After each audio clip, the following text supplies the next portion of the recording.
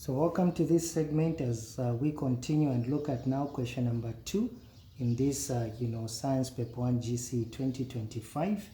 It says that figure 2.1 shows a wooden ladder of length 4.5 meter inclined at a vertical height of 1.5 meter.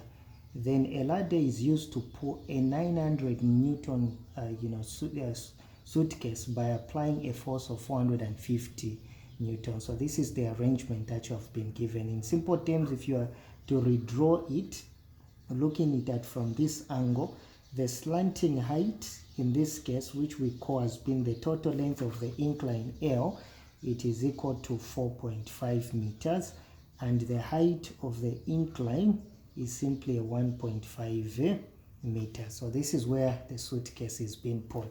Now notice what the question there says, that is the A part there. It actually says define a simple machine.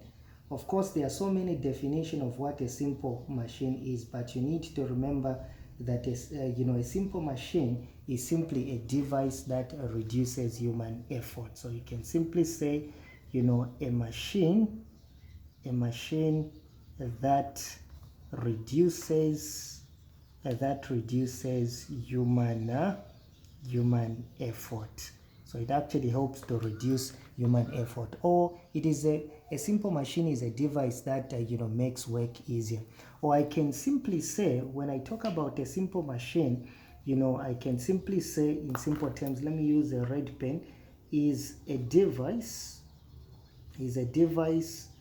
that uses a force applied at one point to overcome another force at a different point. So we can also define that as being a machine. Like I said, a simple machine is a device, you can even say a device that makes work easier. Now how does it actually make work easier in this case? So you can find that it can either multiply the magnitude in this case, or it can actually change the direction or magnitude of a force so that you can make your work to be easier. So that is what we simply call as being a simple machine.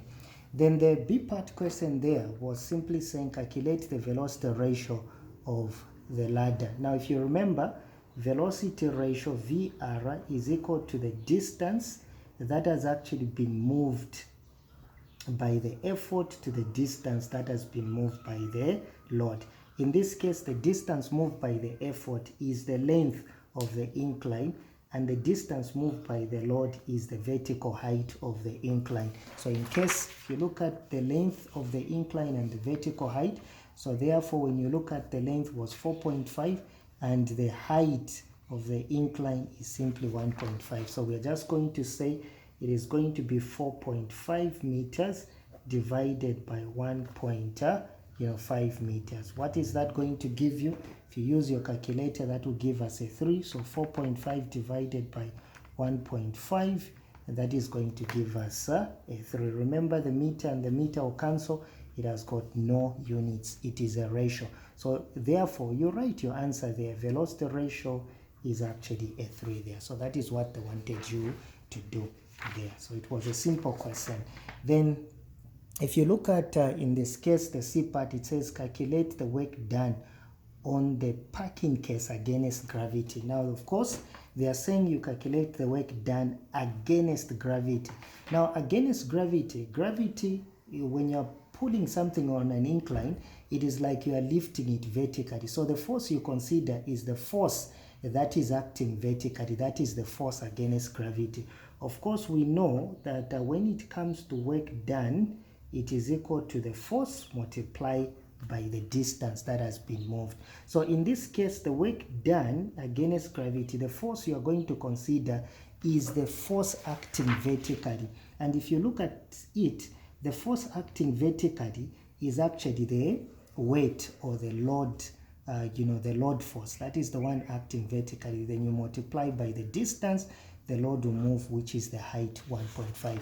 In simple terms, you are just going to consider the load and the height. That is actually the work done against gravity. So in this case, the load, you notice, if you remember, it was 900 there. So it is going to be 900 newtons multiplied by the height, which is a 1.5 meters. Of course, when we multiply that, it is going to be 900 multiplied by 1.5. That is going to give us a 1,350.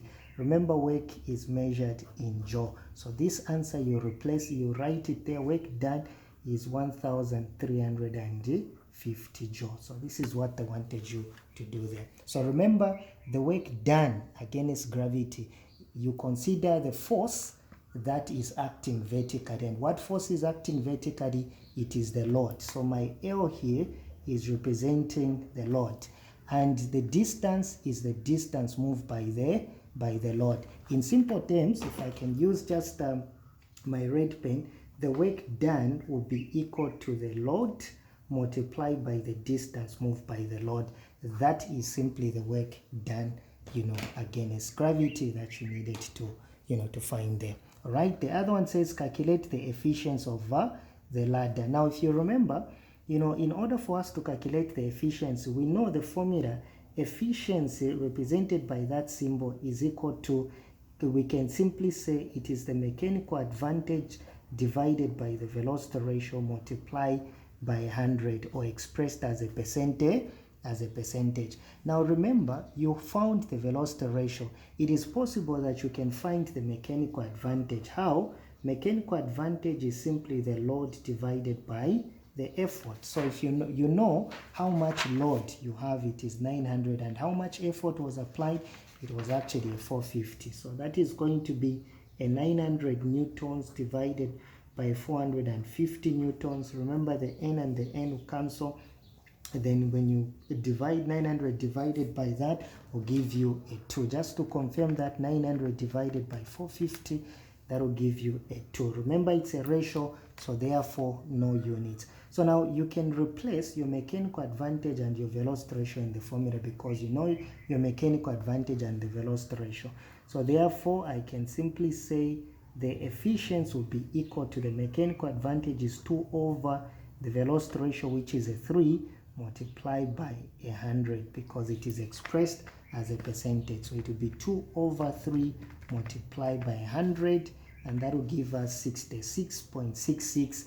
To one decimal place, it will be 66.7%. So therefore the efficiency is 66.7%. And this is what you needed to do in this question. There was nothing complicated, but everything was actually simple. You just needed to remember the few concepts about an inclined plane under simple machines. Thank you so much. Watch out as we look at question number 2 in my next video.